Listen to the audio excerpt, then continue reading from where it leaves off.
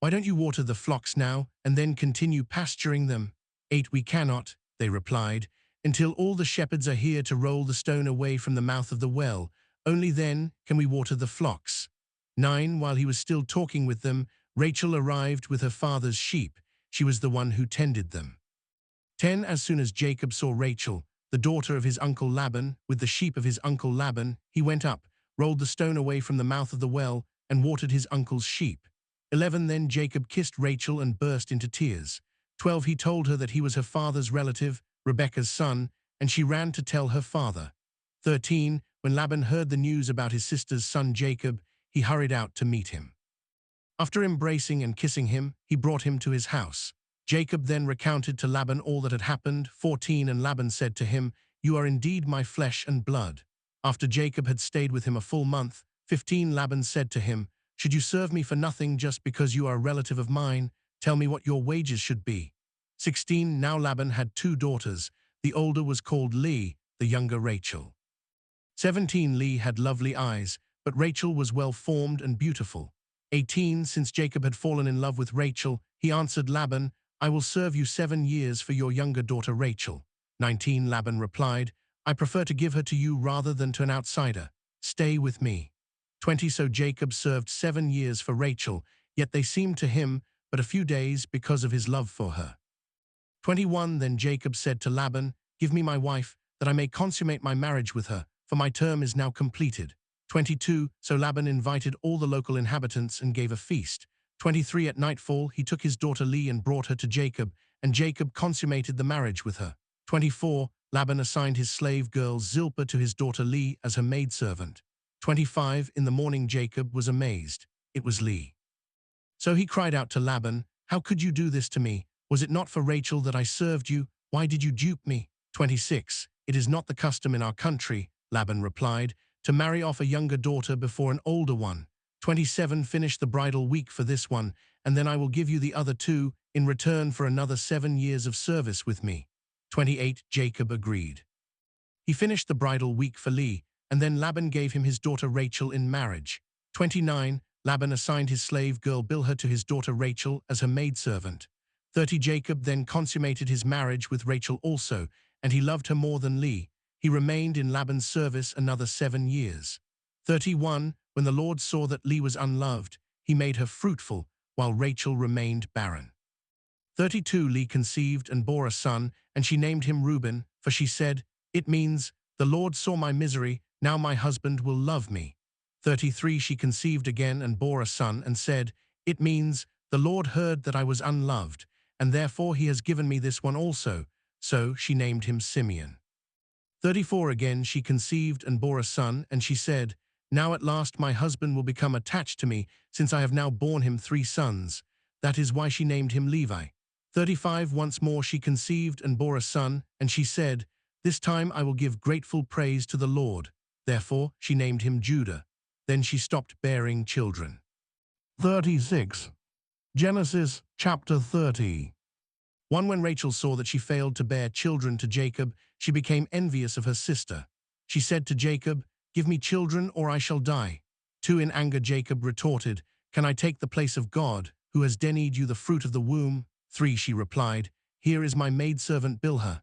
Have intercourse with her, and let her give birth on my knees, so that I too may have offspring, at least through her." 4 So she gave him her maidservant Bilhah as a consort, and Jacob had intercourse with her. 5 When Bilhah conceived and bore a son, 6 Rachel said, "God has vindicated me. Indeed, he has heeded my plea and given me a son." Therefore she named him Dan. 7 Rachel's maidservant Bilhah conceived again and bore a second son. 8 And Rachel said, "I engaged in a fateful struggle with my sister, and I prevailed." So she named him Naphtali. 9 When Leah saw that she had ceased to bear children, she gave her maidservant Zilpah to Jacob as a consort. 10 So Jacob had intercourse with Zilpah, and she conceived and bore a son. 11 Leah then said, "What good luck!" So she named him Gad. 12 Then Leah's maidservant Zilpah bore a second son to Jacob. 13 And Leah said, "What good fortune!" meaning, "Women call me fortunate." So she named him Asher. 14 One day, during the wheat harvest, when Reuben was out in the field, he came upon some mandrakes which he brought home to his mother Leah. Rachel asked Leah, "Please let me have some of your son's mandrakes." 15 Leah replied, Was it not enough for you to take away my husband, that you must now take my son's mandrakes too? Very well then, Rachel answered. In exchange for your son's mandrakes, Jacob may lie with you tonight. 16 That evening, when Jacob came home from the fields, Leah went out to meet him. You are now to come in with me, she told him, because I have paid for you with my son's mandrakes. So that night he slept with her. 17 And God heard her prayer. She conceived and bore a fifth son to Jacob. 18 Leah then said, God has given me my reward for having let my husband have my maidservant. So she named him Issachar. 19 Leah conceived again and bore a sixth son to Jacob. 20 And she said, God has brought me a precious gift. This time my husband will offer me presents, now that I have borne him 6 sons. So she named him Zebulun. 21 Finally she gave birth to a daughter, and she named her Dinah. 22 Then God remembered Rachel. He heard her prayer and made her fruitful. 23 She conceived and bore a son, and she said, God has removed my disgrace. 24 So she named him Joseph, meaning, may the Lord add another son to this one for me. 25 After Rachel gave birth to Joseph, Jacob said to Laban, give me leave to go to my homeland. 26 Let me have my wives, for whom I served you, and my children too, that I may depart. You know very well the service that I have rendered you. 27 Laban answered him, if you will please. I have learned through divination that it is because of you that God has blessed me. 28 So, he continued, state what wages you want from me, and I will pay them. 29 Jacob replied, you know what work I did for you, and how well your livestock fared under my care. 30 The little you had before I came has grown into very much, since the Lord's blessings came upon you in my company. Therefore, I should now do something for my own household as well. 31 What should I pay you? Laban asked. Jacob answered, you do not have to pay me anything outright. I will again pasture and tend your flock, if you do this one thing for me. 32 Go through your whole flock today, and remove from it every dark animal among the sheep, and every spotted or speckled one among the goats. Only such animals shall be my wages. 33 In the future, whenever you check on these wages of mine, let my honesty testify against me.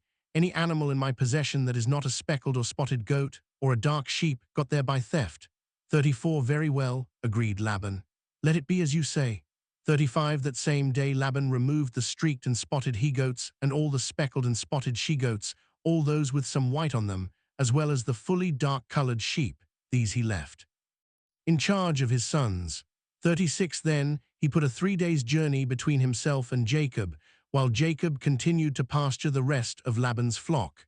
37 Jacob, however, got some fresh shoots of poplar, almond, 37, and plane trees, and he made white stripes in them by peeling off the bark down to the white core of the shoots. 38 The rods that he had thus peeled he then set upright in the watering troughs, so that they would be in front of the animals that drank from the troughs. When the animals were in heat as they came to drink, 39 The goats mated by the rods, and so they brought forth streaked, speckled, and spotted kids.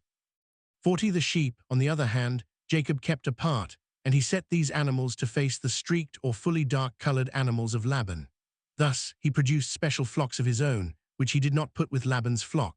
41 Moreover, whenever the hardier animals were in heat, Jacob would set the rods in the troughs in full view of these animals, so that they mated by the rods.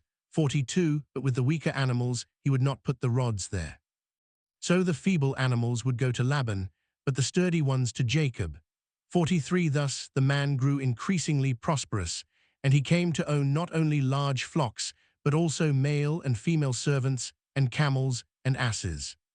Genesis chapter 31.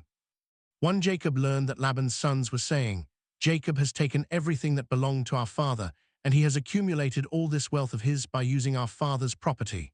2 Jacob perceived too that Laban's attitude toward him was not what it had previously been. 3 Then the Lord said to Jacob, return to the land of your fathers, where you were born, and I will be with you. 4 So Jacob sent for Rachel and Leah to meet him, where he was in the field with his flock. 5 There he said to them, I have noticed that your father's attitude toward me is not as it was in the past, but the God of my father has been with me. 6 You well know what effort I put into serving your father. 7 Yet your father cheated me and changed my wages time after time. God, however, did not let him do me any harm.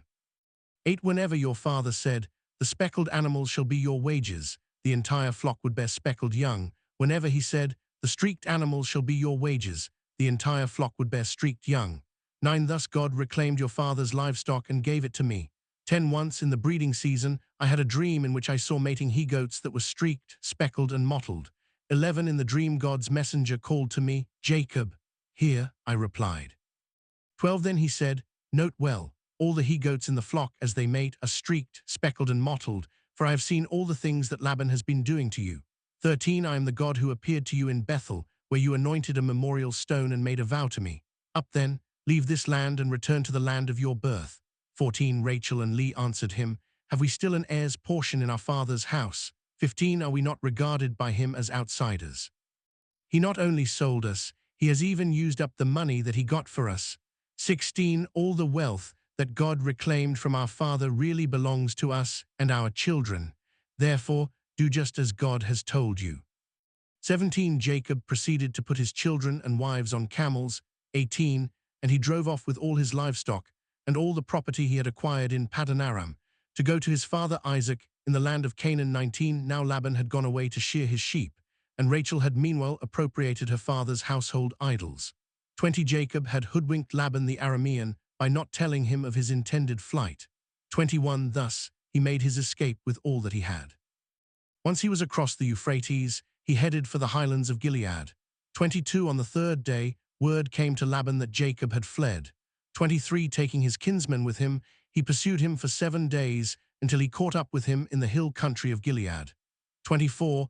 But that night God appeared to Laban the Aramean in a dream and warned him, take care not to threaten Jacob with any harm.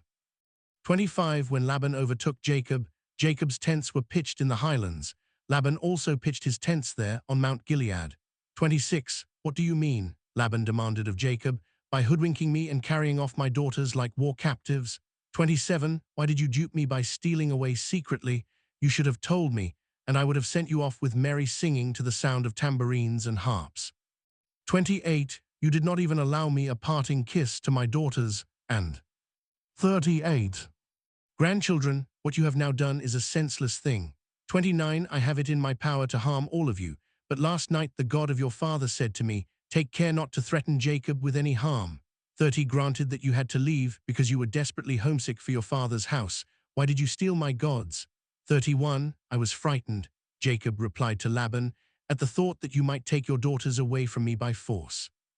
32. But as for your gods, the one you find them with shall not remain alive.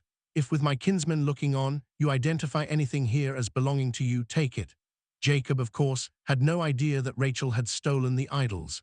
33. Laban then went in and searched Jacob's tent and Leah's tent, as well as the tents of the 2 maidservants, but he did not find the idols. Leaving Leah's tent, he went into Rachel's. 34. Now Rachel had taken the idols, put them inside a camel cushion, and seated herself upon them. When Laban had rummaged through the rest of her tent without finding them, 35. Rachel said to her father, let not my lord feel offended that I cannot rise in your presence. A woman's period is upon me. So, despite his search, he did not find his idols. 36. Jacob, now enraged, upbraided Laban. What crime or offense have I committed, he demanded, that you should hound me so fiercely?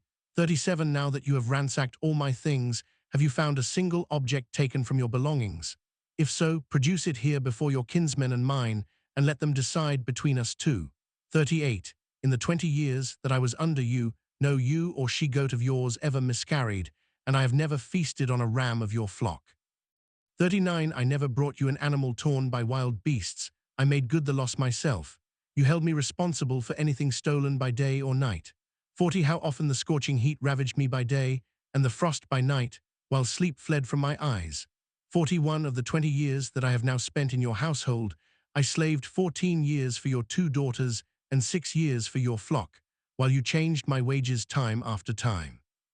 42. If my ancestral God, the God of Abraham and the awesome one of Isaac, had not been on my side, you would now have sent me away empty-handed. But God saw my plight and the fruits of my toil, and last night he gave judgment.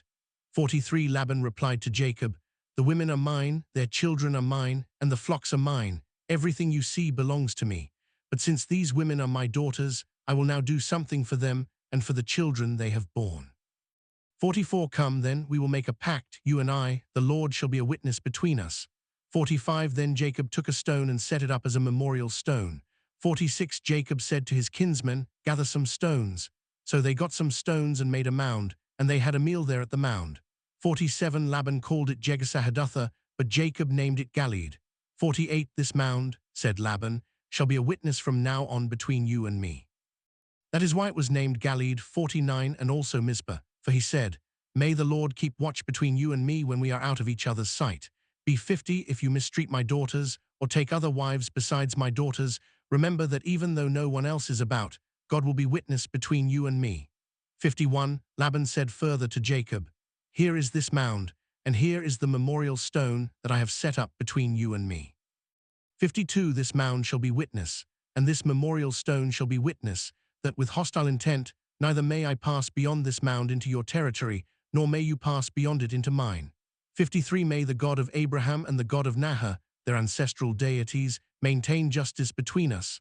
Jacob took the oath by the awesome one of Isaac. 54 He then offered a sacrifice on the mountain and invited his kinsmen to share in the meal. When they had eaten, they passed the night on the mountain.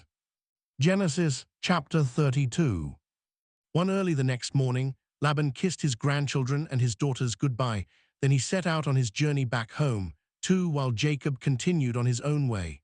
Then God's messengers encountered Jacob. 3 When he saw them, he said, "This is God's encampment." So he named that place Mahanaim. 4 Jacob sent messengers ahead to his brother Esau in the land of Seir, the 39 country of Edom. 5 With this message, "Thus shall you say to my lord Esau, your servant Jacob speaks as follows, I have been staying with Laban and have been detained there until now. 6 I own cattle, asses, and sheep, as well as male and female servants. I am sending my lord this information in the hope of gaining your favor." 7 When the messengers returned to Jacob, they said, "We reached your brother Esau. He is now coming to meet you, accompanied by 400 men. 8 Jacob was very much frightened. In his anxiety, he divided the people who were with him, as well as his flocks, herds, and camels, into 2 camps. 9 If Esau should attack and overwhelm one camp, he reasoned, the remaining camp may still survive. 10 Then he prayed, "O God of my father Abraham and God of my father Isaac, you told me, O Lord, go back to the land of your birth, and I will be good to you." 11 I am unworthy of all the acts of kindness that you have loyally performed for your servant. Although I crossed the Jordan here with nothing but my staff, I have now grown into 2 companies. 12 Save me, I pray, from the hand of my brother Esau. Otherwise I fear that when he comes, he will strike me down and slay the mothers and children. 13 You yourself said, "I will be very good to you, and I will make your descendants like the sands of the sea," which are too numerous to count. 14 After passing the night there, Jacob selected from what he had with him the following presents for his brother Esau. 15 200 she-goats and 20 he-goats, 200 ewes and 20 rams, 16 30 milch camels and their young, 40 cows and 10 bulls, 20 she-asses and 10 he-asses. 17 He put these animals in charge of his servants in separate droves, and he told the servants, "Go on ahead of me, but keep a space between one drove and the next." 18 To the servant in the lead he gave this instruction, "When my brother Esau meets you, he may ask you, 'Whose man are you? Where are you going? To whom do these animals ahead of you belong?' 19 Then you shall answer, 'They belong to your brother Jacob, but they have been sent as a gift to my lord Esau, and Jacob himself is right behind us.' 20 He gave similar instructions to the second servant and the third, and to all the others who followed behind the droves, namely, 'Thus and thus shall you say to Esau when you reach him.' 21 And be sure to add, 'Your servant Jacob is right behind us.' For Jacob reasoned, 'If I first appease him with gifts that precede me, then later, when I face him, perhaps he will forgive me.' 22 So the gifts went on ahead of him, while he stayed that night in the camp. 23 In the course of that night, however, Jacob arose, took his 2 wives, with the 2 maidservants and his 11 children, and crossed the ford of the Jabbok. 24 After he had taken them across the stream and had brought over all his possessions, 25 Jacob was left there alone. Then some man wrestled with him until the break of dawn. 26 When the man saw that he could not prevail over him, he struck Jacob's hip at its socket, so that the hip socket was wrenched as they wrestled. 27 The man then said, "Let me go, for it is daybreak." But Jacob said, "I will not let you go until you bless me." 28 What is your name? The man asked. He answered, "Jacob." 29 Then the man said, You shall no longer be spoken of as Jacob, but as Israel, because you have contended with divine and human beings and have prevailed. 30 Jacob then asked him, Do tell me your name, please. He answered, Why should you want to know my name? With that, he bade him farewell. 31 Jacob named the place Peniel, because I have seen God face to face, he said, yet my life has been spared. 32 At sunrise, as he left Peniel, Jacob limped along because of his hip. 33 That is why, to this day, the Israelites do not eat the sciatic muscle that is on the hip socket, inasmuch as Jacob's hip socket was struck at the sciatic muscle. Genesis chapter 33. One Jacob looked up and saw Esau coming, accompanied by 400 men. So he divided his children among Leah, Rachel, and the 2 maidservants, 2 putting the maids and their children first, Leah and her children next, and Rachel and Joseph last. 3 He himself went on ahead of them. 40. Bowing to the ground 7 times until he reached his brother. 4 Esau ran to meet him, embraced him, and flinging himself on his neck, kissed him as he wept. 5 When Esau looked about, he saw the women and children. Who are these with you? He asked. Jacob answered, They are the children whom God has graciously bestowed on your servant. 6 Then the maidservants and their children came forward and bowed low. 7 Next, Leah and her children came forward and bowed low. Lastly, Rachel and her children came forward and bowed low. 8 Then Esau asked, What did you intend with all those droves that I encountered? Jacob answered, It was to gain my Lord's favor. 9 I have plenty, replied Esau. You should keep what is yours, brother. 10 No, I beg you, said Jacob. If you will do me the favor, please accept this gift from me, since to come into your presence is for me like coming into the presence of God, now that you have received me so kindly. 11 Do accept the present I have brought you. God has been generous toward me, and I have an abundance. Since he so urged him, Esau accepted. 12 Then Esau said, Let us break camp and be on our way. I will travel alongside you. 13 But Jacob replied, As my Lord can see, the children are frail. Besides, I am encumbered with the flocks and herds, which now have sucklings. If overdriven for a single day, the whole flock will die. 14 Let my Lord then go on ahead of me, while I proceed more slowly at the pace of the livestock before me, and at the pace of my children, until I join my Lord in Seir. 15 Esau replied, Let me at least put at your disposal some of the men who are with me. But Jacob said, For what reason? Please indulge me in this, my lord. 16 So on the same day that Esau began his journey back to Seir, 17 Jacob journeyed to Sukkot. There he built a home for himself and made booths for his livestock. That is why the place was called Sukkot. 18 Having thus come from Paddan Aram, Jacob arrived safely at the city of Shechem, which is in the land of Canaan, and he encamped in sight of the city. 19 The plot of ground on which he had pitched his tent, he bought for 100 pieces of bullion from the descendants of Hamor, the founder of Shechem. 20 He set up a memorial stone there and invoked El, the God of Israel. Genesis chapter 34. One Dinah, the daughter whom Leah had borne to Jacob, went out to visit some of the women of the land. 2 When Shechem, son of Hamor the Hivite, who was chief of the region, saw her, he seized her and lay with her by force. 3 Since he was strongly attracted to Dinah, daughter of Jacob, indeed was really in love with the girl, he endeavored to win her affection. 4 Shechem also asked his father Hamor, Get me this girl for a wife.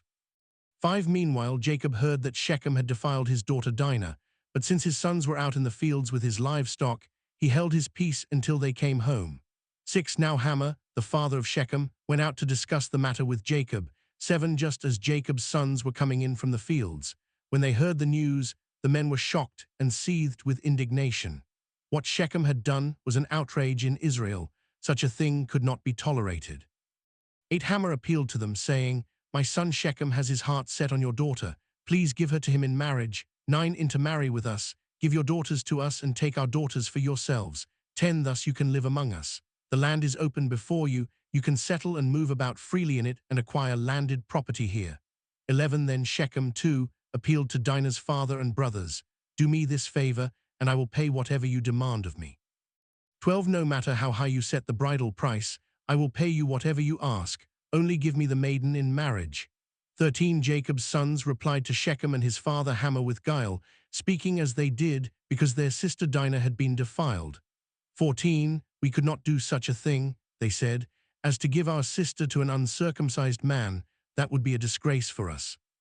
15. We will agree with you only on this condition, that you become like us by having every male among you circumcised. 16. Then we will give you our daughters and take yours in marriage. We will settle among you and become one kindred people with you. 17. But if you do not comply with our terms regarding circumcision, we will take our daughter and go away. 18. Their proposal. 41. Seemed fair to Hamor and his son Shechem. 19. The young man lost no time in acting in the matter, since he was deeply in love with Jacob's daughter. Moreover, he was more highly respected than anyone else in his clan. 20. So Hamor and his son Shechem went to their town council and thus presented the matter to their fellow townsmen. 21. These men are friendly toward us. Let them settle in the land and move about in it freely. There is ample room in the country for them. We can marry their daughters and give our daughters to them in marriage. 22. But the men will agree to live with us and form one kindred people with us only on this condition, that every male among us be circumcised as they themselves are. 23. Would not the livestock they have acquired, all their animals, then be ours? Let us therefore give in to them, so that they may settle among us. 24. All the able-bodied men of the town agreed with Hamor and his son Shechem, and all the males, including every able-bodied man in the community, were circumcised. 25. On the third day, while they were still in pain, Dinah's full brothers Simeon and Levi, two of Jacob's sons, took their swords, advanced against the city without any trouble, and massacred all the males. 26. After they had put Hamor and his son Shechem to the sword, they took Dinah from Shechem's house and left. 27. Then the other sons of Jacob followed up the slaughter and sacked the city in reprisal for their sister Dinah's defilement. 28. They seized their flocks, herds, and asses, whatever was in the city and in the country around. 29. They carried off all their wealth, their women and their children, and took for loot whatever was in the houses. 30. Jacob said to Simeon and Levi, You have brought trouble upon me by making me loathsome to the inhabitants of the land, the Canaanites and the Perizzites. I have so few men that, if these people unite against me and attack me, I and my family will be wiped out. 31. But they retorted, Should our sister have been treated like a harlot? Genesis chapter 35. 1. God said to Jacob, Go up now to Bethel, settle there and build an altar there to the God who appeared to you while you were fleeing from your brother Esau. 2. So Jacob told his family and all the others who were with him, Get rid of the foreign gods that you have among you, then purify yourselves and put on fresh clothes. 3. We are now to go up to Bethel, and I will build an altar there to the God who answered me in my hour of distress, and who has been with me wherever I have gone. 4. They therefore handed over to Jacob all the foreign gods in their possession, and also the rings they had in their ears. 5. Then, as they set out, a terror from God fell upon the towns round about, so that no one pursued the sons of Jacob. 6. Thus Jacob and all the people who were with him arrived in Luz, that is, Bethel in the land of Canaan. 7. There he built an altar and named the place Bethel, for it was there that God had revealed himself to him when he was fleeing from his brother. 8. Death came to Rebekah's nurse Deborah. She was buried under the oak below Bethel, and so it was called Allenbacuth. 9. On Jacob's arrival from Paddan Aram, God appeared to him again and blessed him. 10. God said to him, You whose name is Jacob shall no longer be called Jacob, but Israel shall be your name. Thus he was named Israel. 11. God also said to him, I am God Almighty, be fruitful and multiply. A nation indeed, an assembly of nations, shall stem from you, and kings shall issue from your loins. 12. The land I once gave to Abraham and Isaac I now give to you, and to your descendants after you will I give this land. 13. Then God departed from him. 14. On the site where God had spoken with him, Jacob set up a memorial stone, and upon it he made a libation and poured out oil. 15. Jacob named the site Bethel, because God had spoken with him there. 16. Then they departed from Bethel, but while they still had some distance to go on the way to Ephrath, Rachel began to be in labor and to suffer great distress. 17. When her pangs were most severe, her midwife said to her, Have no fear, this time too you have a son. 18. With her last breath, for she was at the point of death, she called him Benoni. His father, however, named him Benjamin. 19. Thus Rachel died, and she was buried on the road to Ephrath, that is, Bethlehem. 20. Jacob set up a memorial stone on her grave, and the same monument marks Rachel's grave to this. 42. Day 21. Israel moved on and pitched his tent beyond Migdal-eder. 22. While Israel was encamped in that region, Reuben went and lay with Bilhah, his father's concubine. When Israel heard of it, he was greatly offended. The sons of Jacob were now 12. 23. The sons of Leah: Reuben, Jacob's firstborn, Simeon, Levi, Judah, Issachar, and Zebulun. 24. The sons of Rachel: Joseph and Benjamin. 25. The sons of Rachel's maid Bilhah: Dan and Naphtali. 26. The sons of Leah's maid Zilpah: Gad and Asher. These are the sons of Jacob who were born to him in Paddan Aram. 27. Jacob went home to his father Isaac at Mamre in Kiriath-arba, that is, Hebron, where Abraham and Isaac had stayed. 28. The lifetime of Isaac was 180 years. 29. Then he breathed his last. After a full life, he died as an old man and was taken to his kinsmen. His sons Esau and Jacob buried him. Genesis chapter 36. 1. These are the descendants of Esau, that is, Edom. 2. Esau took his wives from among the Canaanite women: Adah, daughter of Elon the Hittite; Oholibamah, granddaughter through Anna of Zibon the Hivite; 3. And Basemath, daughter of Ishmael and sister of Nebaioth. 4. Adah bore Eliphaz to Esau; Basemath bore Reuel. 5. And Oholibamah bore Jeush, Jalam, and Korah. These are the sons of Esau who were born to him in the land of Canaan. 6. Esau took his wives, his sons, his daughters, and all the members of his household, as well as his livestock comprising various animals and all the property he had acquired in the land of Canaan, and went to the land of Seir, out of the way of his brother Jacob. 7. Their possessions had become too great for them to dwell together, and the land in which they were staying could not support them because of their livestock. 8. So Esau settled in the highlands of Seir. Esau is Edom. 9. These are the descendants of Esau, ancestor of the Edomites, in the highlands of Seir. 10. These are the names of Esau's sons: Eliphaz, son of Esau's wife Adah, and Reuel, son of Esau's wife Basemath. 11. The sons of Eliphaz were Teman, Omar, Zepho, Gatam, and Kenaz. 12. Esau's son Eliphaz had a concubine Timnah, and she bore Amalek to Eliphaz. These are the descendants of Esau's wife Adah. 13. The sons of Reuel were Nahath, Zerah, Shammah, and Mizah. These are the descendants of Esau's wife Basemath. 14. The descendants of Esau's wife Oholibamah, granddaughter through Anna of Zibon, whom she bore to Esau, were Jeush, Jalam, and Korah. 15. The following are the clans of Esau's descendants: the descendants of Eliphaz, Esau's firstborn, the clans of Teman, Omar, Zepho, Kenaz. 16. Korah, Gatam, and Amalek. These are the clans of Eliphaz in the land of Edom. They are descended from Adah. 17. The descendants of Esau's son Reuel, the clans of Nahath, Zerah, Shammah, and Mizah. These are the clans of Reuel in the land of Edom. They are descended from Esau's wife Basemath. 18. The descendants of Esau's wife Oholibamah, the clans of Jeush, Jalam, and Korah. These are the clans of Esau's wife Oholibamah, daughter of Anna. 19. Such are the descendants of Esau, that is, Edom, according to their clans. 20. The following are the descendants of Seir the Horite, the original settlers in the land: Lotan, Shobal, Zibon, Anna. 21. Dishon, Ezer, and Dishan. They are the Horite clans descended from Seir in the land of Edom. 22. Lotan's descendants were Hori and Hemam, and Lotan's sister was Timnah. 23. Shobal's descendants were Alvan, Mahanath, Ebal, Shepho, and Onam. 24. Zibon's descendants were Aya and Anna. He is the Anna who found water in the desert while he was pasturing the asses of his father Zibon. 25. The descendants of Anna were Dishon and Oholibamah, daughter of Anna. 26. The descendants of Dishon were Hemdan, Eshban, Ithran, and Cheran. 27. The descendants of Ezer were Bilhan, Zavan, and Akan. 28. The descendants of Dishan were Uz and Aaron. 29. These are the Horite clans: the clans of Lotan, Shobal, Zibon, Anna. 30. Dishon, Ezer, and Dishan. They were the clans of the Horites, clan by clan, in the land of Seir. 31. The following are the kings who reigned in the land of Edom before any king reigned over the Israelites. 32. Bela, son of Beer, became king in Edom. The name of his city was Dinhabah.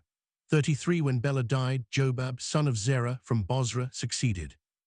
43. Him as king. 34. When Jobab died, Husham, from the land of the Temanites, succeeded him as king. He defeated the Midianites in the country of Moab. The name of his city was Avith. 35. When Husham died, Hadad, son of Bedad, succeeded him as king. 36. When Hadad died, Samlah from Masrekah succeeded him as king. 37. When Samlah died, Shaul from Rehoboth on the river succeeded him as king. 38. When Shaul died, Baal-Hanan, son of Achbor, succeeded him as king. 39 When Baal-Hanan died, Hadar succeeded him as king. The name of his city was Pau. His wife's name was Mehetabel. She was the daughter of Matred, son of Mezahab. 40 The following are the names of the clans of Esau individually according to their subdivisions and localities. The clans of Timnah, Alva, Jetheth, 41 Oholibamah, Elah, Pinon, 42 Kenaz, Teman, Mibzar, 43 Magdiel, and Iram. These are the clans of the Edomites, according to their settlements in their territorial holdings. Esau was the father of the Edomites. Genesis chapter 37. 1 Jacob settled in the land where his father had stayed, the land of Canaan too. This is his family history. When Joseph was 17 years old, he was tending the flocks with his brothers. He was an assistant to the sons of his father's wives Bilhah and Zilpah, and he brought his father bad reports about them. 3 Israel loved Joseph best of all his sons, for he was the child of his old age, and he had made him a long tunic. 4 When his brothers saw that their father loved him best of all his sons, they hated him so much that they would not even greet him. 5 Once Joseph had a dream, which he told to his brothers. 6 Listen to this dream I had. 7 There we were, binding sheaves in the field, when suddenly my sheaf rose to an upright position, and your sheaves formed a ring around my sheaf and bowed down to it. 8 Are you really going to make yourself king over us? His brothers asked him, or impose your rule on us? So they hated him all the more because of his talk about his dreams. 9 Then he had another dream, and this one too he told to his brothers. I had another dream, he said. This time the sun and the moon and 11 stars were bowing down to me. 10 When he also told it to his father reproved him. What is the meaning of this dream of yours? He asked. Can it be that I and your mother and your brothers are to come and bow to the ground before you? 11 So his brothers were wrought up against him, but his father pondered the matter. 12 One day, when his brothers had gone to pasture their father's flocks at Shechem, 13 Israel said to Joseph, Your brothers, are tending our flocks at Shechem. Get ready, I will send you to them. I am ready, Joseph answered. 14 Go then, he replied, see if all is well with your brothers and the flocks, and bring back word. So he sent him off from the valley of Hebron. When Joseph reached Shechem, 15 A man met him as he was wandering about in the fields. What are you looking for? The man asked him. 16 I am looking for my brothers, he answered. Could you please tell me where they are tending the flocks? 17 The man told him, They have moved on from here. In fact, I heard them say, Let us go on to Dothan. So Joseph went after his brothers and caught up with them in Dothan. 18 They noticed him from a distance, and before he came up to them, they plotted to kill him. 19 They said to one another, Here comes that master dreamer. 20 Come on, let us kill him and throw him into one of the cisterns here. We could say that a wild beast devoured him. We shall then see what comes of his dreams. 21 When Reuben heard this, he tried to save him from their hands, saying, We must not take his life. 22 Instead of shedding blood, he continued, just throw him into that cistern there in the desert, but don't kill him outright. His purpose was to rescue him from their hands and restore him to his father. 23 So when Joseph came up to them, they stripped him of the long tunic he had on. 24 Then they took him and threw him into the cistern, which was empty and dry. 25 They then sat down to their meal. Looking up, they saw a caravan of Ishmaelites coming from Gilead, their camels laden with gum, balm, and resin to be taken down to Egypt. 26 Judah said to his brothers, What is to be gained by killing our brother and concealing his blood?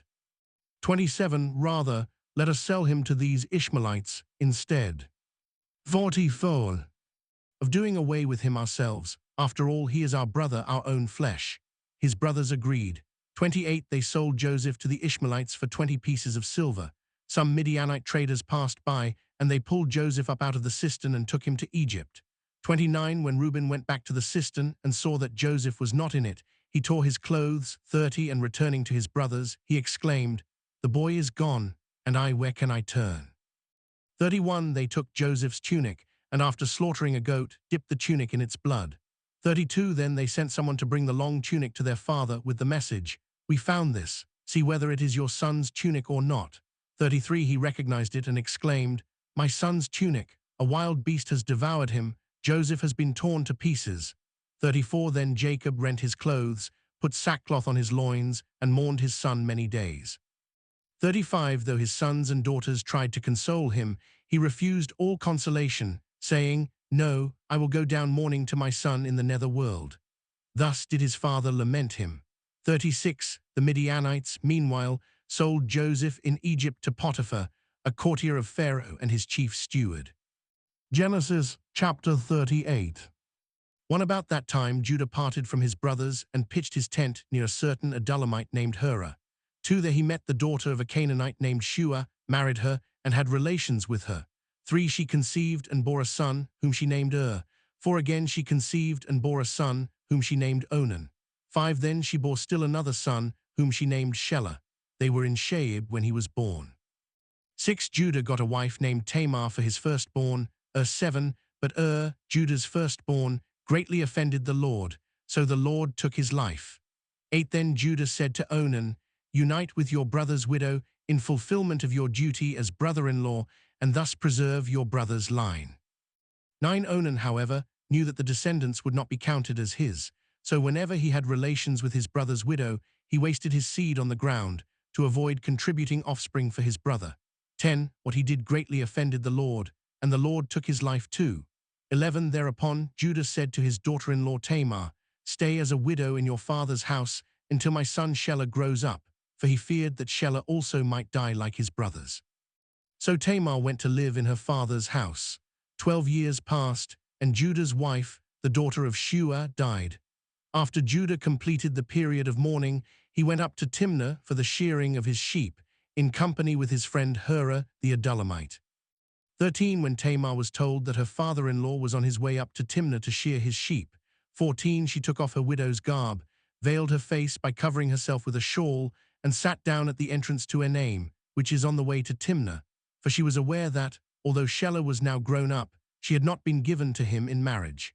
15. When Judah saw her, he mistook her for a harlot, since she had covered her face.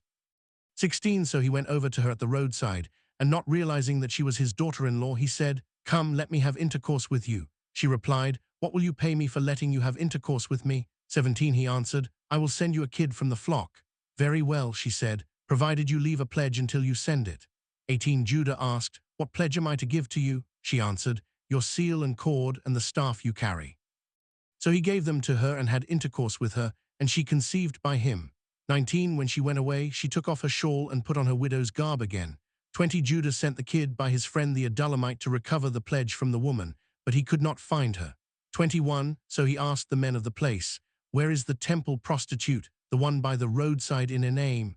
But they answered, There has never been a temple prostitute here. He went back to Judah and told him, I could not find her, and besides, the men of the place said there was no temple prostitute there. 23. Let her keep the things, Judah replied, otherwise we shall become a laughingstock. After all, I did send her the kid, even though you were unable to find her. 24. About 3 months later, Judah was told that his daughter-in-law Tamar had played the harlot and was 45. Then with child from her harlotry. Bring her out, cried Judah, she shall be burned. 25. But as they were bringing her out, she sent word to her father-in-law, It is by the man to whom these things belong that I am with child. Please verify, she added, whose seal and cord and whose staff these are. 26. Judah recognized them and said, She is more in the right than I am, since I did not give her to my son Shelah. But he had no further relations with her. 27. When the time of her delivery came, she was found to have twins in her womb.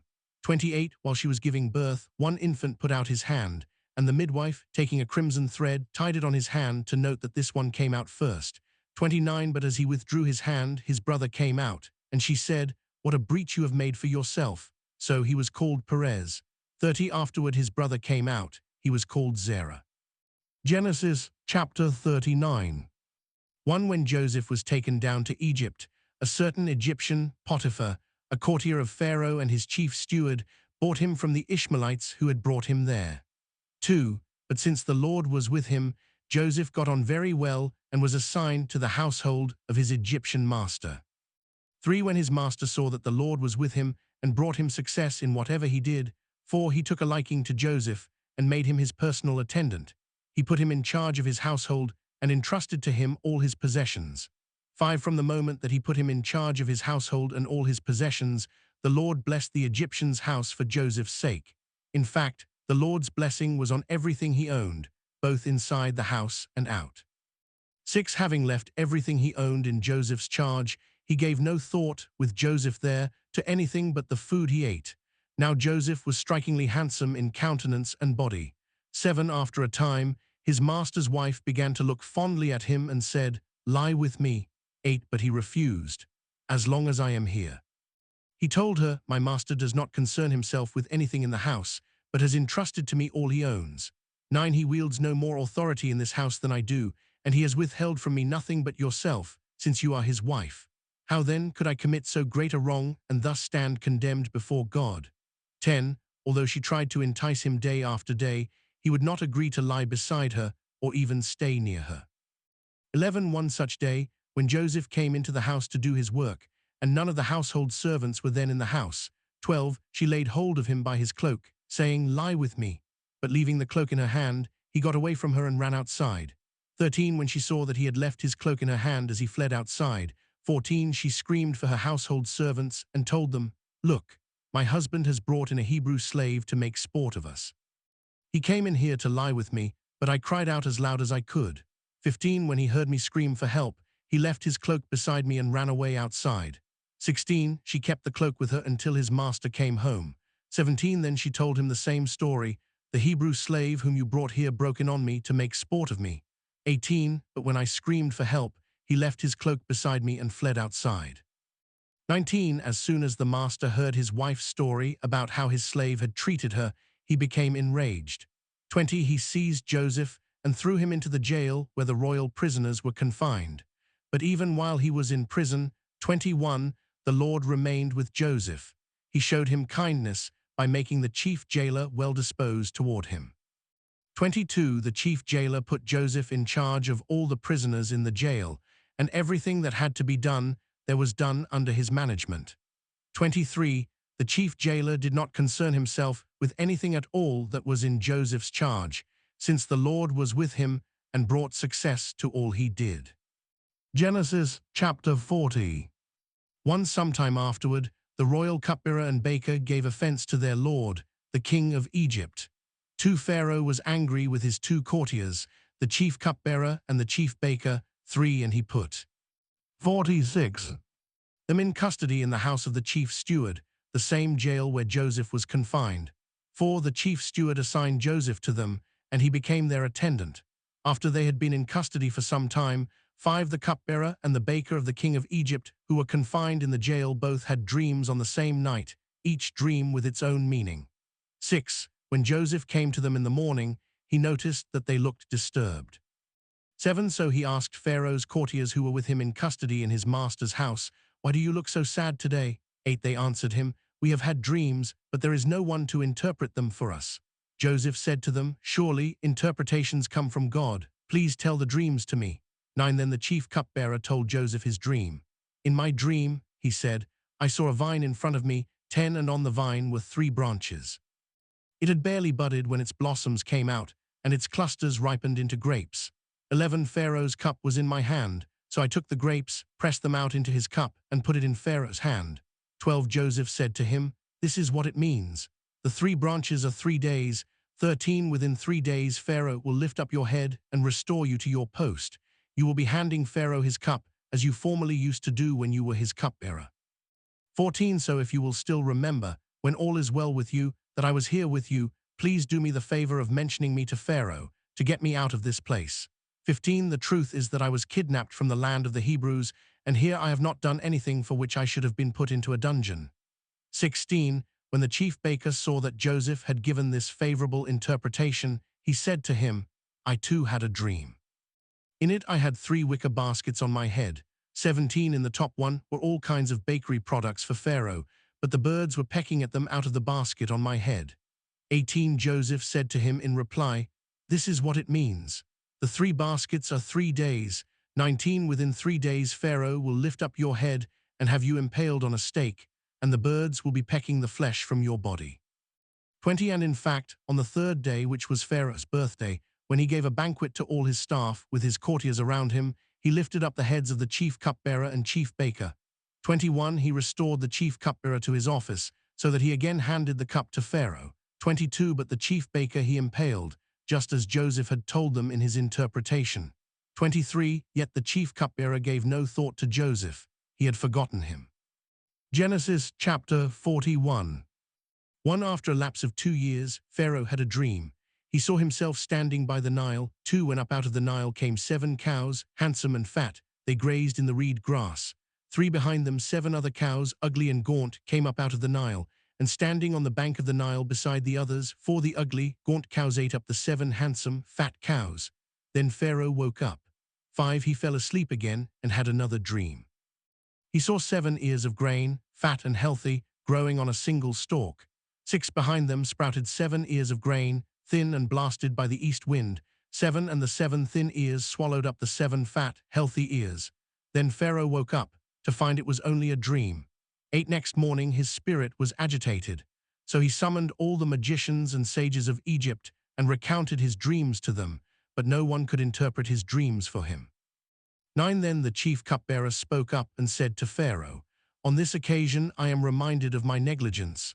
10 Once, when Pharaoh was angry, he put me and the chief baker in custody in the house of the chief steward. 11 Later, we both had dreams on the same night, and each of our dreams had its own meaning. 12 There with us was a Hebrew youth, a slave of the chief steward, and when we told him our dreams, he interpreted them for us and explained for each of us the meaning of his dream. 13 And it turned out just as he had told us. I was restored to my post, but the other man was impaled. 14 Pharaoh therefore had Joseph summoned, and they hurriedly brought him from the dungeon. After he shaved and changed his clothes, he came into Pharaoh's presence. 15 Pharaoh then said to him, "I had certain dreams that no one can interpret, but I hear." 47 It said of you that the moment you are told a dream you can interpret it. 16 It is not I, Joseph replied to Pharaoh, but God who will give Pharaoh the right answer. 17 Then Pharaoh said to Joseph, "In my dream I was standing on the bank of the Nile." 18 When up from the Nile came 7 cows, fat and well-formed. They grazed in the reed grass. 19 Behind them came 7 other cows, scrawny, most ill-formed and gaunt. Never have I seen such ugly specimens as these in all the land of Egypt. 20 The gaunt, ugly cows ate up the first 7 fat cows. 21 But when they had consumed them, no one could tell that they had done so, because they looked as ugly as before. Then I woke up. 22 In another dream I saw 7 ears of grain, fat and healthy, growing on a single stalk. 23 Behind them sprouted 7 ears of grain, shriveled and thin and blasted by the east wind. 24 And the 7 thin ears swallowed up the 7 healthy ears. I have spoken to the magicians, but none of them can give me an explanation. 25 Joseph said to Pharaoh, "Both of Pharaoh's dreams have the same meaning. God has thus foretold to Pharaoh what he is about to do." 26 The 7 healthy cows are 7 years, and the 7 healthy ears are 7 years, the same in each dream. 27 So also the 7 thin, ugly cows that came up after them are 7 years, as are the 7 thin, wind-blasted ears. They are 7 years of famine. 28 It is just as I told Pharaoh. God has revealed to Pharaoh what he is about to do. 29 7 years of great abundance are now coming throughout the land of Egypt. 30 But these will be followed by 7 years of famine, when all the abundance in the land of Egypt will be forgotten. When the famine has ravaged the land, 31 No trace of the abundance will be found in the land, because of the famine that follows it, so utterly severe will that famine be. 32 That Pharaoh had the same dream twice means that the matter has been reaffirmed by God, and that God will soon bring it about. 33 Therefore, let Pharaoh seek out a wise and discerning man and put him in charge of the land of Egypt. 34 Pharaoh should also take action to appoint overseers, so as to regiment the land during the 7 years of abundance. 35 They should husband all the food of the coming good years, collecting the grain under Pharaoh's authority to be stored in the towns for food. 36 This food will serve as a reserve for the country against the 7 years of famine that are to follow in the land of Egypt, so that the land may not perish in the famine. 37 This advice pleased Pharaoh and all his officials. 38 Could we find another like him? Pharaoh asked his officials, a man so endowed with the Spirit of God. 39 So Pharaoh said to Joseph, "Since God has made all this known to you, no one can be as wise and discerning as you are. 40 You shall be in charge of my palace, and all my people shall dart at your command. Only in respect to the throne shall I outrank you." 41 Herewith Pharaoh told Joseph, I place you in charge of the whole land of Egypt. 42 With that, Pharaoh took off his signet ring and put it on Joseph's finger. He had him dressed in robes of fine linen and put a gold chain about his neck. 43 He then had him ride in the chariot of his vizier, and they shouted a brek before him. Thus was Joseph installed over the whole land of Egypt. 44 I Pharaoh proclaim, he told Joseph, that without your approval no one shall move hand or foot in all the land of Egypt. 45 Pharaoh also bestowed the name of Zaphnath-Paneah on Joseph, and he gave him in marriage Asenath, the daughter of Potiphar, priest of Heliopolis. 46 Joseph was 30 years old when he entered the service of Pharaoh, king of Egypt. After Joseph left Pharaoh's presence, he traveled throughout the land of Egypt. 47 During the 7 years of plenty, when the land produced abundant crops, 48 He husbanded all the food of these years of plenty that the land of Egypt was enjoying and stored it in the towns, placing in each town the crops of the fields around it. 49 Joseph garnered grain in quantities like the sands of the sea, so vast that at last he stopped measuring it, for it was beyond measure. 50 Before the famine years set in, Joseph became the father of 2 sons, born to him by Asenath, daughter of Potiphar, priest of Heliopolis. 51 He named his firstborn Manasseh, meaning, God has made me forget entirely the sufferings I endured at the hands of my family. 52 And the second he named Ephraim, meaning, God has made me fruitful in the land of my affliction. 53 When the 7 years of abundance enjoyed by the land of Egypt came to an end. 54. 48 The 7 years of famine set in, just as Joseph had predicted. Although there was famine in all the other countries, food was available throughout the land of Egypt. 55 When hunger came to be felt throughout the land of Egypt, and the people cried to Pharaoh for bread, Pharaoh directed all the Egyptians to go to Joseph and do whatever he told them. 56 When the famine had spread throughout the land, Joseph opened all the cities that had grain and rationed it to the Egyptians, since the famine had gripped the land of Egypt. 57 In fact, all the world came to Joseph to obtain rations of grain, for famine had gripped the whole world. Genesis chapter 42. 1 When Jacob learned that grain rations were available in Egypt, he said to his sons, Why do you keep gaping at one another? 2 I hear, he went on, that rations of grain are available in Egypt. Go down there and buy some for us, that we may stay alive rather than die of hunger. 3 So 10 of Joseph's brothers went down to buy an emergency supply of grain from Egypt. For it was only Joseph's full brother Benjamin that Jacob did not send with the rest, for he thought some disaster might befall him. 5 Thus, since there was famine in the land of Canaan also, the sons of Israel were among those who came to procure rations. 6 It was Joseph, as governor of the country, who dispensed the rations to all the people.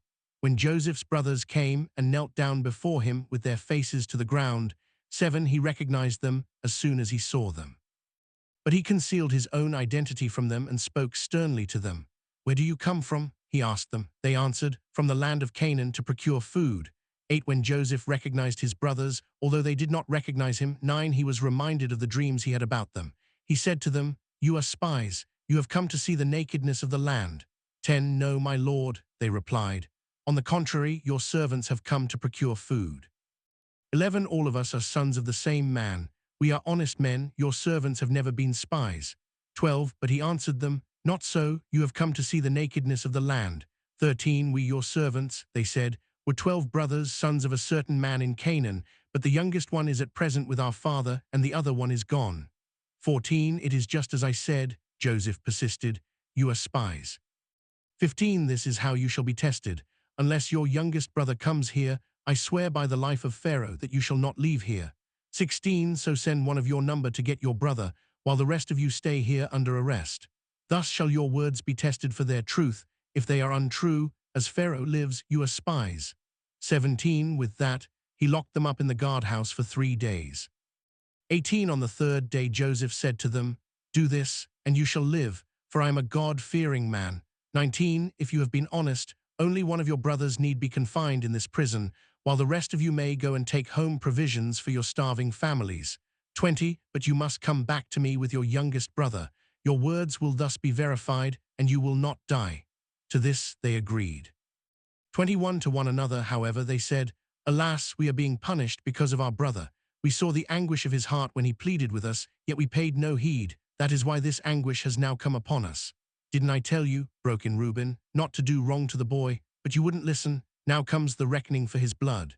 23. They did not know, of course, that Joseph understood what they said, since he spoke with them through an interpreter. 24. But turning away from them, he wept. When he was able to speak to them again, he had Simeon taken from them and bound before their eyes. 25. Then Joseph gave orders to have their containers filled with grain, their money replaced in each one's sack, and provisions given them for their journey. After this had been done for them, 26, they loaded their donkeys with the rations and departed.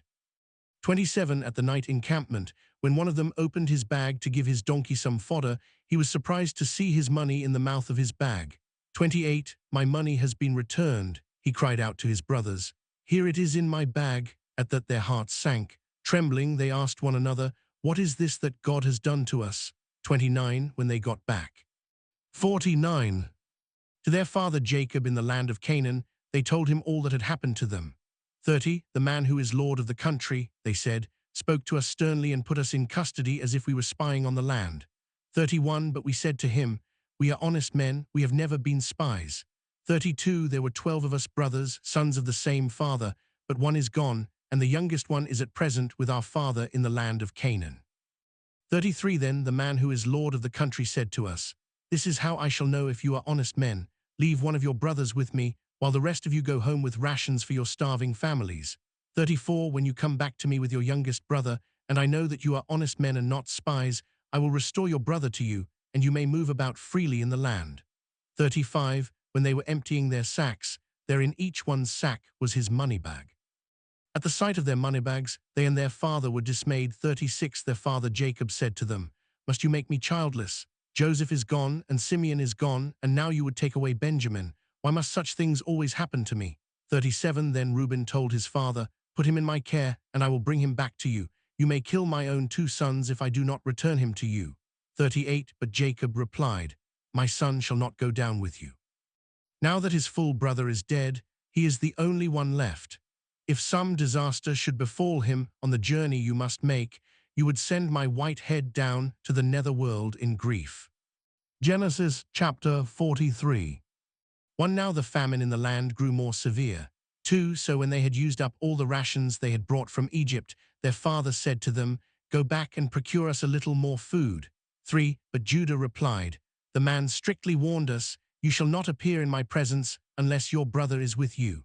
For if you are willing to let our brother go with us, we will go down to procure food for you.' 5. But if you are not willing, we will not go down, because the man told us, 'You shall not appear in my presence unless your brother is with you.' 6. Israel demanded, 'Why did you bring this trouble on me by telling the man that you had another brother?' 7. They answered, 'The man kept asking about ourselves and our family. Is your father still living? Do you have another brother?' We had to answer his questions. How could we know that he would say, 'Bring your brother down here'?" 8. Then Judah urged his father Israel, "Let the boy go with me that we may be off and on our way, if you and we and our children are to keep from starving to death. 9. I myself will stand surety for him. You can hold me responsible for him. If I fail to bring him back, to set him in your presence, you can hold it against me forever." 10. Had we not dilly-dallied, we could have been there and back twice by now. 11. Their father Israel then told them, "If it must be so, then do this. Put some of the land's best products in your baggage and take them down to the man as gifts.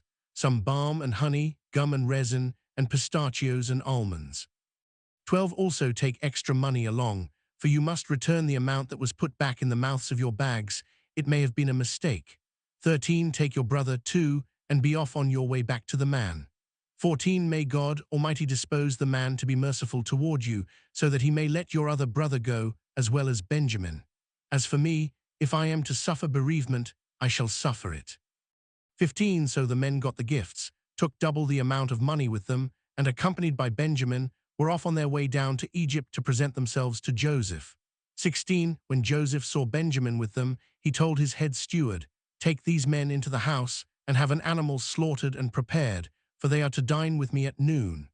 17. Doing as Joseph had ordered, the steward conducted the men to Joseph's house. 18. But on being led to his house, they became apprehensive. It must be, they thought, on account of the money put back in our bags the first time that we are taken inside.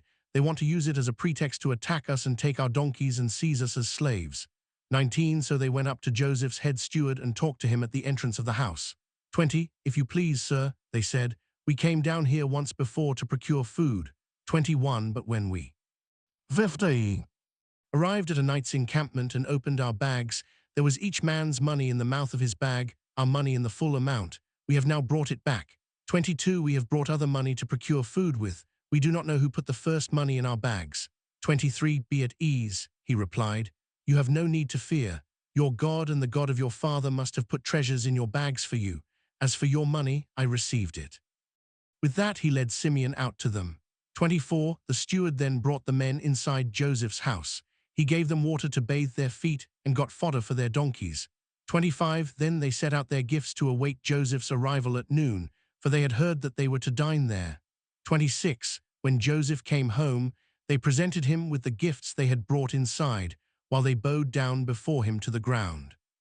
27. After inquiring how they were, he asked them, And how is your aged father of whom you spoke? Is he still in good health? 28. Your servant our father is thriving and still in good health, they said, as they bowed respectfully. 29. When Joseph's eye fell on his full brother Benjamin, he asked, Is this your youngest brother of whom you told me? Then he said to him, May God be gracious to you, my boy. 30. With that, Joseph had to hurry out, for he was so overcome with affection for his brother that he was on the verge of tears. He went into a private room and wept there. 31. After washing his face, he reappeared and, now in control of himself, gave the order, serve the meal. 32. It was served separately to him, to the brothers, and to the Egyptians who partook of his board. Egyptians may not eat with Hebrews, that is abhorrent to them. 33. When they were seated by his directions according to their age, from the oldest to the youngest, they looked at one another in amazement. 34. And as portions were brought to them from Joseph's table, Benjamin's portion was 5 times as large as anyone else's. So they drank freely and made merry with him. Genesis chapter 44. 1. Then Joseph gave his head steward these instructions. Fill the men's bags with as much food as they can carry and put each man's money in the mouth of his bag. 2. In the mouth of the youngest one's bag, put also my silver goblet, together with the money for his rations. The steward carried out Joseph's instructions. 3. At daybreak the men and their donkeys were sent off. 4. They had not gone far out of the city when Joseph said to his head steward, Go at once after the men. When you overtake them, say to them, Why did you repay good with evil? Why did you steal the silver goblet from me? 5. It is the very one from which my master drinks and which he uses for divination. What you have done is wrong. 6. When the steward overtook them and repeated these words to them, 7. They remonstrated with him, How can my lord say such things? Far be it from your servants to do such a thing. We even brought back to you from the land of Canaan the money that we found in the mouths of our bags. Why then would we steal silver or gold from your master's house? 9. If any of your servants is found to have the goblet, he shall die, and as for the rest of us, we shall become my lord's slaves. 10. But he replied, Even though it ought to be as you propose, only the one who is found to have it shall become my slave, and the rest of you shall be exonerated. 11. Then each of them eagerly lowered his bag to the ground and opened it. 12. And when a search was made, starting with the oldest and ending with the youngest, the goblet turned up in Benjamin's bag. 13. At this, they tore their clothes. Then when each man had reloaded his donkey, they returned to the city. 14. As Judah and his brothers re-entered Joseph's house, he was still there, so they flung themselves on the ground before him. 15. How could you do such a thing? Joseph asked them. You should have known that such a man as I could discover by divination what happened. 16. Judah replied, What can we say to my lord? How can we plead or how try to prove our innocence? God has uncovered your servant's guilt. Here we are then, the slaves of my lord, the rest of us no less than the one in whose possession the goblet was found. 17. Far be it from me to act thus, said Joseph. Only the one in whose possession the goblet was found shall become my slave. The rest of you may go back safe and sound to your father. 18. Judah then stepped up to 51. Him and said, I beg you, my lord, let your servant speak earnestly to my lord, and do not become angry with your servant, for you are the equal of Pharaoh. 19. My lord asked your servants, Have you a father or another brother? 20. So he said to my lord, We have an aged father and a young brother, the child of his old age. This one's full brother is dead, and since he is the only one by that mother who is left, his father dotes on him. 21. Then you told your servants, bring him down to me that my eyes may look on him. 22. We replied to my lord, the boy cannot leave his father would die if he were to leave him. 23. But you told your servants, unless your youngest brother comes back with you, you shall not come into my presence again. 24. When we returned to your servant our father, we reported to him the words of my lord. 25. Later, our father told us to come back and buy some food for the family. 26. So we reminded him, we cannot go down there, only if our youngest brother is with us can we go, for we may not see the man if our youngest brother is not with us. 27. Then your servant our father said to us, as you know my wife bore me 2 sons. 28. One of them, however, disappeared, and I had to conclude that he must have been torn to pieces by wild beasts. I have not seen him since. 29. If you now take this one away from me too, and some disaster befalls him, you will send my white head down to the netherworld in grief.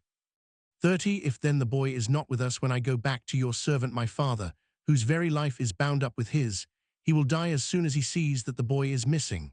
31. And your servants will thus send the white head of our father down to the netherworld in grief.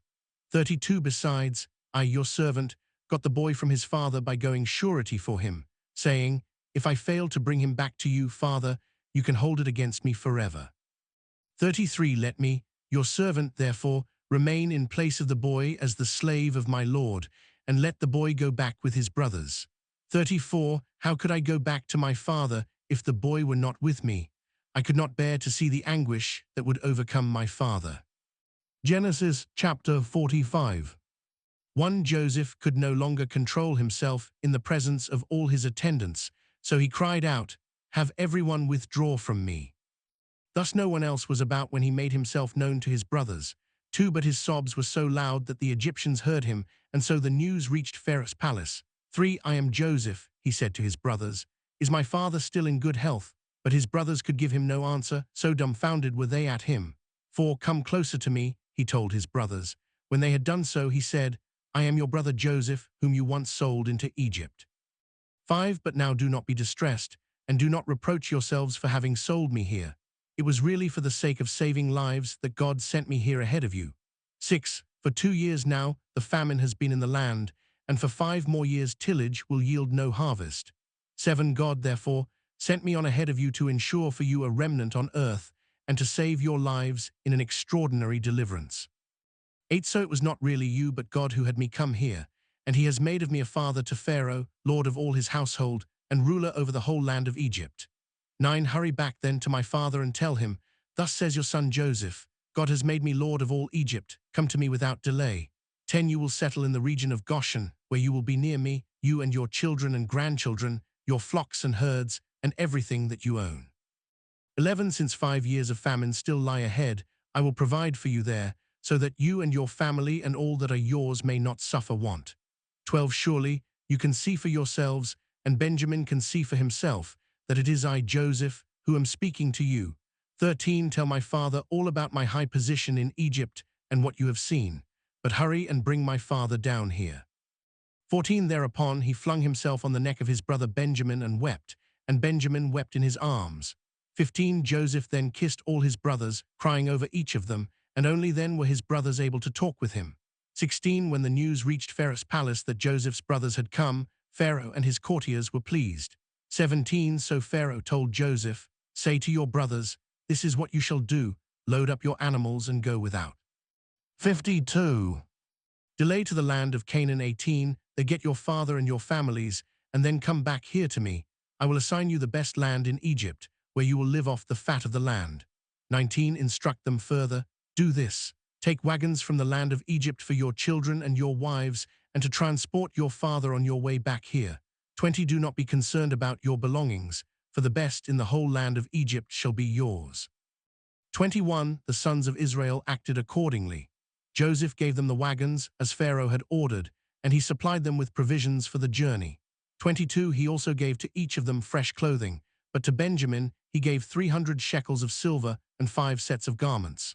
23. Moreover, What he sent to his father was 10 jackasses loaded with the finest products of Egypt and 10 jennies loaded with grain and bread and other provisions for his journey. 24. As he sent his brothers on their way, he told them, "Let there be no recriminations on the way." 25. So they left Egypt and made their way to their father Jacob in the land of Canaan. 26. When they told him, "Joseph is still alive, in fact, it is he who is ruler of all the land of Egypt," he was dumbfounded. He could not believe them. 27. But when they recounted to him all that Joseph had told them, and when he saw the wagons that Joseph had sent for his transport, the spirit of their father Jacob revived. 28. It is enough, said Israel. My son Joseph is still alive. I must go and see him before I die. Genesis chapter 46. One Israel set out with all that was his. When he arrived at Beersheba, he offered sacrifices to the God of his father Isaac. 2. Their God, speaking to Israel in a vision by night, called, "Jacob, Jacob." "Here I am," he answered. 3. Then he said, "I am God, the God of your father. Do not be afraid to go down to Egypt, for there I will make you a great nation. For not only will I go down to Egypt with you, I will also bring you back here after Joseph has closed your eyes." 5. So Jacob departed from Beersheba, and the sons of Israel put their father and their wives and children on the wagons that Pharaoh had sent for his transport. 6. They took with them their livestock and the possessions they had acquired in the land of Canaan. Thus Jacob and all his descendants migrated to Egypt. 7. His sons and his grandsons, his daughters and his granddaughters, all his descendants, he took with him to Egypt. 8. These are the names of the Israelites, Jacob and his descendants, who migrated to Egypt. Reuben, Jacob's firstborn. 9. And the sons of Reuben, Hanok, Palu, Hezron, and Carmi. 10. The sons of Simeon, Nemuel, Jamin, Ohad, Jachin, Zohar, and Shaul, son of a Canaanite woman. 11. The sons of Levi, Gershon, Kohath, and Merari. 12. The sons of Judah, Onan, Shelah, Perez, and Zerah, but and Onan had died in the land of Canaan, and the sons of Perez were Hezron and Hamul. 13. The sons of Issachar, Tola, Pua, Jashub, and Shimron. 14. The sons of Zebulun, Serd, Elon, and Jaleel. 15. These were the sons whom Leah bore to Jacob in Paddan Aram, along with his daughter Dinah, 33 persons in all, male and female. 16. The sons of Gad, Zephon, Hagi, Shuni, Esban, Iri, Arod, and Areli. 17. The sons of Asher, Imnah, Ishva, Ishvi, and Beriah with their sister Sarah, and the sons of Beriah, Heber, and Malchiel. 18. These were the descendants of Zilpah, whom Laban had given to his daughter Leah. These she bore to Jacob, 16 persons in all. 19. The sons of Jacob's wife Rachel, Joseph, and Benjamin. 20. In the land of Egypt Joseph became the father of Manasseh and Ephraim, whom Asenath, daughter of Potiphar, priest of Heliopolis, bore to him. 21. The sons of Benjamin, Bela, Betcher, Ashbel, Gera, Naaman, Aharam, Shuppam, Huppam, and Ard. 22. These were the sons whom Rachel bore to Jacob, 14 persons in all. 23. The sons of Dan, Hushim. 24. The sons of Naphtali, Jaziel, Guni, Jezer, and Shillem. 25. These were the sons of Bilhah, whom Laban had given to his daughter Rachel. These she bore to Jacob, 7 persons in all. 26. Jacob's people who migrated to Egypt, his direct descendants, not counting the wives of Jacob's sons, numbered 66 persons in all. 27. Together with Joseph's sons who were born to him in Egypt, 2 persons. All the people comprising Jacob's family who had come to Egypt amounted to 70 persons in all. 28. Israel. 53. Had sent Judah ahead to Joseph so that he might meet him in Goshen. On his arrival in the region of Goshen, 29. Joseph hitched the horses to his chariot and rode to meet his father Israel in Goshen. As soon as he saw him, he flung himself on his neck and wept a long time in his arms. 30. And Israel said to Joseph, "At last I can die, now that I have seen for myself that Joseph is still alive." 31. Joseph then said to his brothers and his father's household, "I will go and inform Pharaoh, telling him, my brothers and my father's household, whose home is in the land of Canaan, have come to me." 32. The men are shepherds, having long been keepers of livestock, and they have brought with them their flocks and herds, as well as everything else they own. 33. So when Pharaoh summons you and asks what your occupation is, 34. You must answer, "We your servants, like our ancestors, have been keepers of livestock from the beginning until now. In order that you may stay in the region of Goshen, since all shepherds are abhorrent to the Egyptians. Genesis chapter 47. One Joseph went and told Pharaoh, "My father and my brothers have come from the land of Canaan, with their flocks and herds and everything else they own, and they are now in the region of Goshen." 2. He then presented to Pharaoh 5 of his brothers whom he had selected from their full number. 3. When Pharaoh asked them what their occupation was, they answered, "We, your servants, like our ancestors, are shepherds." "For we have come," they continued, "in order to stay in this country, for there is no pasture for your servants' flocks in the land of Canaan, so severe has the famine been there. Please, therefore, let your servants settle in the region of Goshen." 5. Pharaoh said to Joseph, "They may settle in the region of Goshen, and if you know any of them to be qualified, you may put them in charge of my own livestock." Thus, when Jacob and his sons came to Joseph in Egypt, and Pharaoh, king of Egypt, heard about it, Pharaoh said to Joseph, "Now that your father and brothers have come to you, 6. The land of Egypt is at your disposal. Settle your father and brothers in the pick of the land." 7. Then Joseph brought his father Jacob and presented him to Pharaoh. After Jacob had paid his respects to Pharaoh, 8. Pharaoh asked him, "How many years have you lived?" 9. Jacob replied, "The years I have lived as a wayfarer amount to 130. Few and hard have been these years of my life, and they do not compare with the years that my ancestors lived as wayfarers." 10. Then Jacob bade Pharaoh farewell and withdrew from his presence. 11. As Pharaoh had ordered, Joseph settled his father and brothers and gave them holdings in Egypt on the pick of the land, in the region of Ramesses. 12. And Joseph sustained his father and brothers and his father's whole household, down to the youngest, with food. 13. Since there was no food in any country because of the extreme severity of the famine, and the lands of Egypt and Canaan were languishing from hunger, 14. Joseph gathered in, as payment for the rations that were being dispensed, all the money that was to be found in Egypt and Canaan, and he put it in Pharaoh's palace. 15. When all the money in Egypt and Canaan was spent, all the Egyptians came to Joseph, pleading, "Give us food, or we shall perish under your eyes, for our money is gone." 16. "Since your money is gone," replied Joseph, "give me your livestock, and I will sell you bread in return for your livestock." 17. So they brought their livestock to Joseph, and he sold them food in return for their horses, their flocks of sheep and herds of cattle, and their donkeys. Thus he got them through that year with bread in exchange for all their livestock. 18. When that year ended, they came to him in the following one and said, "We cannot hide from my lord that, with our money spent and our livestock made over to my lord, there is nothing left to put at my lord's disposal except our bodies and our farmland." 19. Why should we and our land perish before your very eyes? Take us and our land in exchange for food, and we will become Pharaoh's slaves and our land his property. Only give us seed, that we may survive and not perish, and that 50 fall. Our land may not turn into a waste.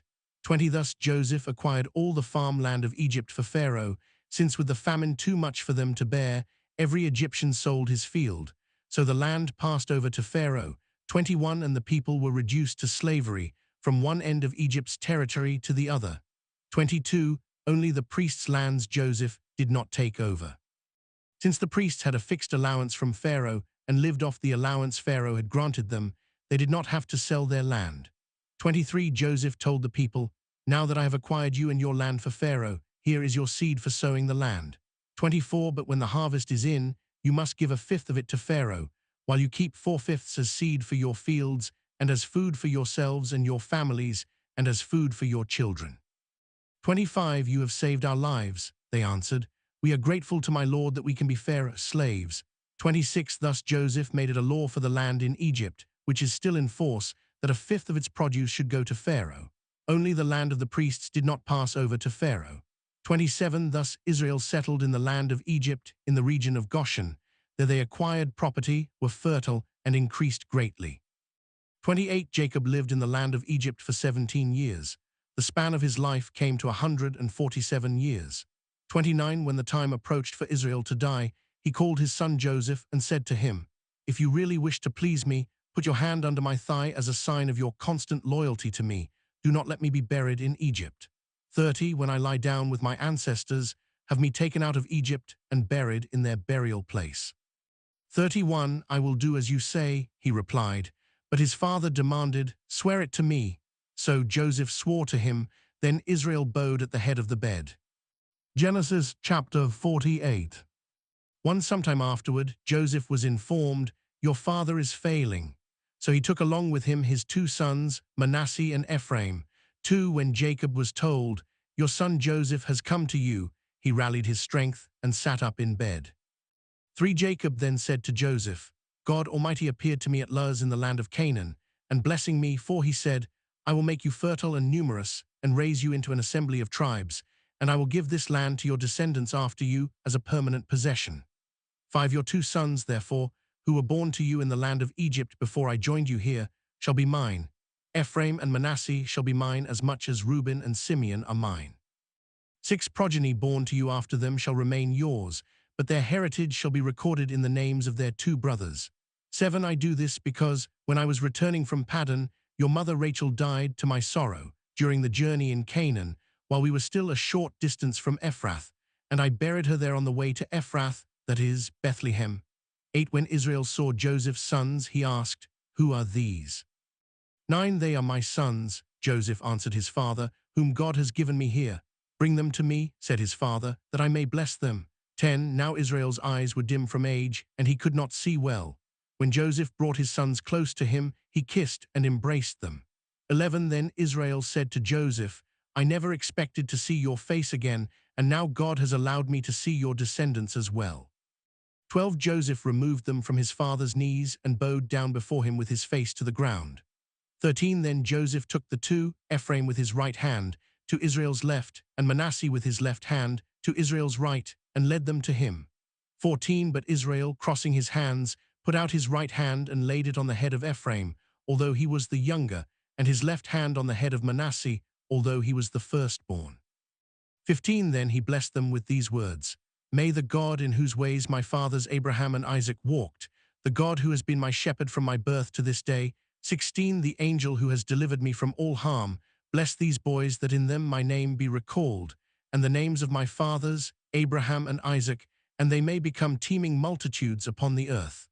17. When Joseph 55 saw that his father had laid his right hand on Ephraim's head, this seemed wrong to him, so he took hold of his father's hand to remove it from Ephraim's head to Manasseh's. 18. Saying, "That is not right, father, the other one is the firstborn, lay your right hand on his head." 19. But his father resisted. "I know it, son," he said, "I know, that one too shall become a tribe, and he too shall be great. Nevertheless, his younger brother shall surpass him, and his descendants shall become a multitude of nations." 20. So when he blessed them that day and said, "By you shall the people of Israel pronounce blessings, may they say, 'God make you like Ephraim and Manasseh,'" he placed Ephraim before Manasseh. 21. Then Israel said to Joseph, "I am about to die, but God will be with you and will restore you to the land of your fathers." 22. As for me, I give to you, as to the one above his brothers, Shechem, which I captured from the Amorites with my sword and bow. Genesis chapter 49. 1. Jacob called his sons and said, "Gather around, that I may tell you what is to happen to you in days to come." 2. Assemble and listen, sons of Jacob, listen to Israel your father. 3. You, Reuben, my firstborn, my strength and the first fruit of my manhood, excelling in rank and excelling in power. 4. Unruly as water, you shall no longer excel, for you climbed into your father's bed and defiled my couch to my sorrow. 5. Simeon and Levi, brothers indeed, weapons of violence are their knives. 6. Let not my soul enter their council, or my spirit be joined with their company, for in their fury they slew men, in their willfulness they maimed oxen. 7. Cursed be their fury so fierce, and their rage so cruel. I will scatter them in Jacob, disperse them throughout Israel. 8. You, Judah, shall your brothers praise, your hand on the neck of your enemies. The sons of your father shall bow down to you. 9. Judah, like a lion's whelp, you have grown up on prey, my son.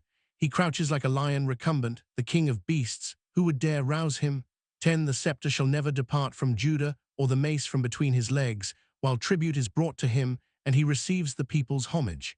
11. He tethers his donkey to the vine, his purebred ass to the choicest stem. In wine he washes his garments, his robe in the blood of grapes. 12. His eyes are darker than wine, and his teeth are whiter than milk. 13. Zebulun shall dwell by the seashore, this means a shore for ships, and his flank shall be based on Sidon. 14. Issachar is a rawboned ass, crouching between the saddlebags. 15, when he saw how good a settled life was and how pleasant the country, he bent his shoulder to the burden and became a toiling serf. 16, Dan shall achieve justice for his kindred like any other tribe of Israel. 17, let Dan be a serpent by the roadside, a horned viper by the path that bites the horse's heel so that the rider tumbles backward. 18, I long for your deliverance, O Lord. 19, Gad shall be raided by raiders, but he shall raid at their heels. 20, Asher's produce is rich, and he shall furnish dainties for kings. 21, Naphtali is a hind let loose which brings forth lovely fawns. 22, Joseph is a wild colt by a spring, a wild ass on a hillside. 23, harrying and attacking, the archers opposed him. 24, but each one's bow remained stiff, as their arms were unsteady, by the power of the mighty one of Jacob, because of the shepherd, the rock of Israel. 25, the God of your father, who helps you, God Almighty, who blesses you with the blessings of the heavens above, the blessings of the abyss that crouches below, the blessings of breasts and womb. 26, the blessings of fresh grain and blossoms, the blessings of the everlasting mountains, the delights of the eternal hills. May they rest on the head of Joseph, on the brow of the prince among his brothers. 27, Benjamin is a ravenous wolf. Mornings he devours the prey, and evenings he distributes the spoils. 28, all these are the 12 tribes of Israel, and this is what their father said about them, as he bade them farewell and gave to each of them an appropriate message. 29, then he gave them this charge. Since I am about to be taken to my kindred, bury me with my fathers in the cave that lies in the field of Ephron the Hittite. 30, the cave in the field of Machpelah, facing on Mamre, in the land of Canaan, the field that Abraham bought from Ephron the Hittite. 56, for a burial ground. 31, there Abraham and his wife Sarah are buried, and so are Isaac and his wife Rebekah, and there too I buried Lee. 32, the field and the cave in it that had been purchased from the Hittites. 33, when Jacob had finished giving these instructions to his sons, he drew his feet into the bed, breathed his last, and was taken to his kindred. Genesis chapter 50. 1, Joseph threw himself on his father's face and wept over him as he kissed him. 2, then he ordered the physicians in his service to embalm his father. When they embalmed Israel, 3, they spent 40 days at it, for that is the full period of embalming, and the Egyptians mourned him for 70 days. 4, when that period of mourning was over, Joseph spoke to Pharaoh's courtiers. Please do me this favor, he said, and convey to Pharaoh this request of mine. 5, since my father, at the point of death, made me promise on oath to bury him in the tomb that he had prepared for himself in the land of Canaan, may I go up there to bury my father and then come back? 6, Pharaoh replied, go and bury your father as he made you promise on oath. 7, so Joseph left to bury his father, and with him went all of Pharaoh's officials who were senior members of his court and all the other dignitaries of Egypt. 8, as well as Joseph's whole household, his brothers and his father's household. Only their children and their flocks and herds were left in the region of Goshen. 9 chariots, 2, and charioteers went up with him. It was a very large retinue. 10, when they arrived at Goren Haratad, which is beyond the Jordan, they held there a very great and solemn memorial service, and Joseph observed 7 days of mourning for his father. 11, when the Canaanites who inhabited the land saw the mourning at Goren Haratad, they said, this is a solemn funeral the Egyptians are having. That is why the place was named Abel Mizraim. It is beyond the Jordan. 12, thus Jacob's sons did for him as he had instructed them. 13, they carried him to the land of Canaan and buried him in the cave in the field of Machpelah, facing on Mamre, the field that Abraham had bought for a burial ground from Ephron the Hittite. 14, after Joseph had buried his father, he returned to Egypt, together with his brothers and all who had gone up with him for the burial of his father. 15, now that their father was dead, Joseph's brothers became fearful and thought, suppose Joseph has been nursing a grudge against us and now plans to pay us back in full for all the wrong we did him. 16, so they approached Joseph and said, before your father died, he gave us these instructions. 17, you shall say to Joseph, Jacob begs you to forgive the criminal wrongdoing of your brothers, who treated you so cruelly. Please therefore forgive the crime that we, the servants of your father's God, committed. When they spoke these words to him, Joseph broke into tears. 18, then his brothers proceeded to fling themselves down before him and said, let us be your slaves. 19. But Joseph replied to them, "Have no fear. Can I take the place of God? 20. Even though you meant harm to me, God meant it for good to achieve his present end, the survival of many people. 21. Therefore have no fear. I will provide for you and for your children." By thus speaking kindly to them, he reassured them. 22. Joseph remained in Egypt, together with his father's family. He lived 110 years. 23. He saw Ephraim's children to the third generation, and the children of Manasseh's son Machir were also born on Joseph's knees. 24. Joseph said to his brothers, "I am about to die. God will surely take care of you and lead you out of this land to the land that he promised on oath to Abraham, Isaac, and Jacob."